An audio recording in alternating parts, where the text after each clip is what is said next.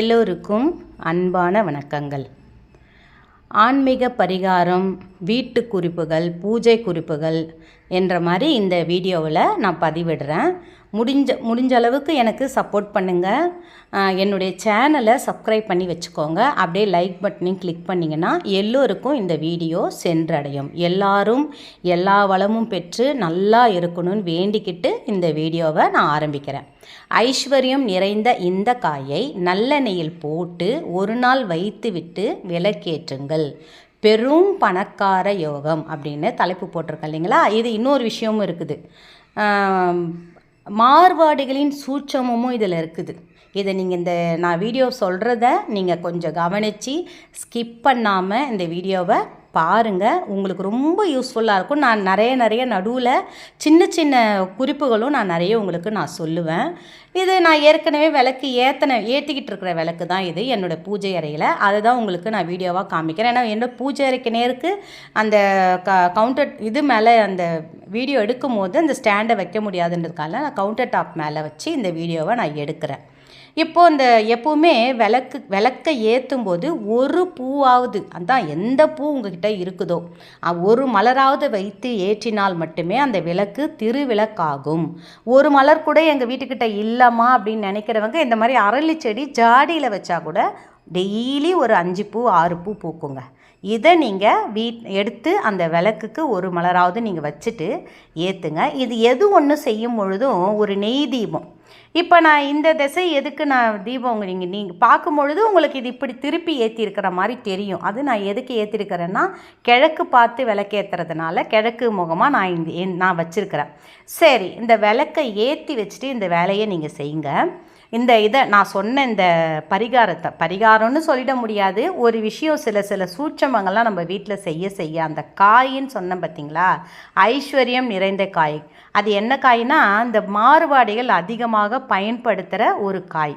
இப்போ விளக்கை ஏற்றிடுவோம். நான் இதில் நல்லெண்ணெய் கூடவே எப்பவுமே நான் இப்போ நான் காட்டுறேன் பாருங்கள். நான் நல்லெண்ணெய் எதில் வைப்பேன்னா, முதல்ல நல்லெண்ணெய் வாங்கின உடனே நம்ம உணவுக்கு எடுத்துக்கிறோம் இல்லைங்களா, அந்த நல்லெண்ணெய் தான் நம்ம விளக்குக்கும் ஏற்றணும். இந்த கசடு எண்ணெய், சாதாரண எண்ணெய், இந்த நெய் கம்மியான விலையில் கிடைக்கிற நெய் அதெல்லாம் ஏற்றக்கூடாது. ஒரு டப்பா அதுக்குன்னு நான் ஒரு சின்ன ஒரு பாட்டில் மாதிரி வச்சுருப்பேன். கண்ணாடி பாட்டில் கிடையாது, அது பிளாஸ்டிக் தான். இது சில்வர் கிண்ணம். இந்த நல்லெண்ணெய் ஊற்றுறதுக்காக இதை நான் காமிக்கிறேன். அப்புறம் பார்த்தீங்கன்னா இப்போ நான் காட்டுற இதில் என்ன போட்டிருக்கேன்னு பார்த்தீங்கன்னா, கொஞ்சம் நெய்யும் இதில் நல்லெண்ணெயில் கலந்து வச்சுருக்கிறேன். பச்சை கற்பூரத்தை போட்டு வச்சுருக்கிறேன். அதில் நான் என்ன காயை நான் அதில் போட்டு பயன்படுத்துகிறேன் அப்படின்றது தான் உங்களுக்கு இந்த வீடியோவில் சொல்ல விரும்பினா. அது எந்த மாதிரி நம்ம செய்யணுன்றது தான் அதில் சூட்சம் இருக்குது. ஒரு சில விஷயம் பாருங்களேன், சென்டிமெண்ட்டாக நம்ம ஒரு விஷயத்தை பின்பற்றணும்னா அது எப்பவுமே நல்லதாகவே நடந்துச்சுன்னா நம்ம திரும்ப அதுவே செய்வோம் இல்லைங்களா. காலையில் எழுந்தோடனே நான் இதை பார்த்தேன், எனக்கு இது நல்லது நடந்துச்சு. அதே மாதிரினா இந்த ஒரு விஷயமும் இப்போ நல்லெண்ணெய்யை அந்த ஒரு சில்வர் கிண்ணம் எடுத்துக்கோங்க. சில்வர் கிண்ணம் இல்லைனாலும் பித்தளை கிண்ணம் இருந்தாலும் எடுத்துக்கோங்க, இல்லை மண் அகல் விளக்கு இருந்தாலும் எடுத்துக்கோங்க, மண் கிண்ணம் இது கண்ணாடி கிண்ணம் இருந்தாலும் எடுத்துக்கோங்க. இந்த நல்லெண்ணெய் இருக்குதுங்களா, இந்த நல்லெண்ணெயை விளக்கேற்றி வச்சுட்டு செய்யும் பொழுது அது நல்ல ஐஸ்வர்யமாக உங்களுக்கு இருக்கும். அதனால் சில நேரம் நான் விளக்கேற்றாமல் கூட உங்களுக்கு செஞ்சு காட்டுவேன். அதுக்காக அம்மா ஏற்றலையன்றதுக்காக நீங்கள் செய்யாதீங்க. ஒரு நெய் தீபம் ஏற்றி வைங்க. இப்போ நான் வீடியோவில் காமிக்கிறது என்ன காயின்னு உங்களுக்கு தெரியும், ஜாதிக்காய். ஜாதிக்காயை அதிகம் பயன்படுத்துவது யாருன்னு பார்த்தீங்கன்னா இந்த மாறுபாடுகளின் சூட்சமும். இந்த ஜாதிக்காயை அவ்வளோ ஒரு ஐஸ்வர்யம் நிறைந்தது. இது பாலில் கலந்துப்பாங்க, ஜாதிக்காய் பொடியே வச்சுப்பாங்க. ஸ்வீட்டில் ஜாதிக்காய் பொடி இல்லாத ஸ்வீட்டே செய்ய மாட்டாங்க. இப்போ அந்த ஜாதிக்காயை நல்லெண்ணெய் நிரம்புற அளவுக்கு அந்த நல்லெண்ணெயில் ஊறுற அளவுக்கு போட்டு வச்சுருங்க. இது எங்கே வைத்து எப்படி பயன்படுத்த வேண்டும்ன்றது தான் இதில் ஐஸ்வர்யமே இருக்குது. நல்லா முழுகிற அளவுக்கு அந்த நல்லெண்ணெயை அதில் ஊற்றிடுங்க.